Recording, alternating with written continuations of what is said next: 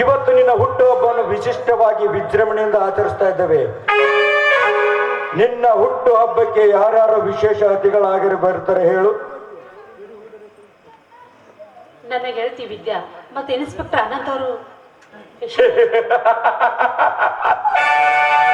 ಪದ್ಮ, ಆ ಇನ್ಸ್ಪೆಕ್ಟರ್ ಅನಂತ್ ನಾನು ಮಾಡುವ ಕಾರ್ಯಕ್ಕೆ ಆಗಾಗ ಅಡ್ಡು ಬರ್ತಾನ.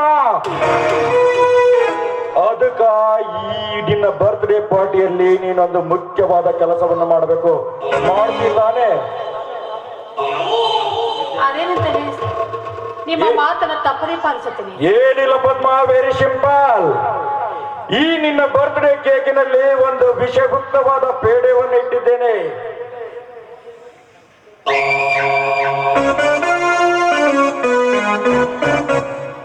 ಈ ಪೇಡೆಯಲ್ಲಿ ಭಯಂಕರವಾದ ವಿಷವಿದೆ. ಈ ವಿಷವನ್ನು ತೆಗೆದುಕೊಂಡ ತಕ್ಷಣ ಅನಂತನ ಕತೆ ಮುಗಿಯಿತು. ಇದನ್ನು ಬಹಳ ಜಾಗರೂಕತೆಯಿಂದ ಮಾಡಬೇಕು. ನಿನ್ನ ಸಹಾಯಕ್ಕಾಗಿ ಸತ್ಯಪ್ಪ ನಿನ್ನ ಜೊತೆಗಿರುತ್ತಾನೆ, ತಿಳಿಯಿತೆ? ಸ್ವಾಮಿ, ಈ ಕೆಲಸ ಮಾತ್ರ ನನ್ನ ಕೈಯಿಂದ ಸಾಧ್ಯವಿಲ್ಲ. ಬೇಕಾದ್ರೆ ನನಗೆ ನೀವು ವಿಷಯ ಕೊಟ್ಟು ಬಿಡಿ. ಸಂತೋಷವಾಗಿ ಸೇರಿಸಿ ನಿಮ್ಮ ಪಾದದ ಮೇಲೆ ಬಿದ್ದು ನನ್ನ ಪ್ರಾಣ ಬಿಟ್ಟು ಬಿಡುತ್ತೇನೆ.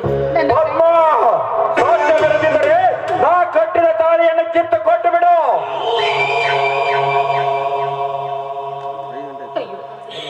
ಎಂತ ದುರಂತವದಲ್ಲಿ ಸಿಲುಕಿಸಿಬಿಟ್ಟೇ ನನಗೆ. ಹೇಗಾದರೂ ಮಾಡಿ ಇವರು ಹೇಳಿದಂತೆ ನನಗೆ ಕೇಳಲೇಬೇಕು. ಆಯ್ತು ಸ್ವಾಮಿ, ನಿಮ್ಮ ಮಾತನ್ನು ತಪ್ಪದೇ ಚಾಲಿಸುತ್ತೇನೆ. ತೆಗೆದುಕೋ ಈ ಪೇಡೆಯನ್ನು.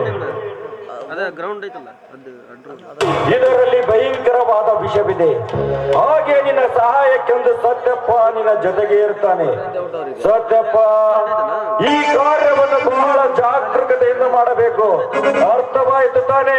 ಆಯ್ತು ಜನರ, ಮಾಡ್ತೀವಿ. ಪದ್ಮಾದೇವಿ ಅವರ ಈ ಕಾರ್ಯವನ್ನು ಮಾಡದಿದ್ದರೆ ನಿಮ್ಮ ಯಜಮಾನರು ನಮ್ಮನ್ನು ಕೊಂದು ಹಾಕುತ್ತಾರೆ. ಆ ದೇವರು ಇಚ್ಛೆ ಇದ್ದಂತಾಗಲಿ ಈ ಕಾರ್ಯಕ್ಕೆ ಕೈ ಹಾಕೋಣ.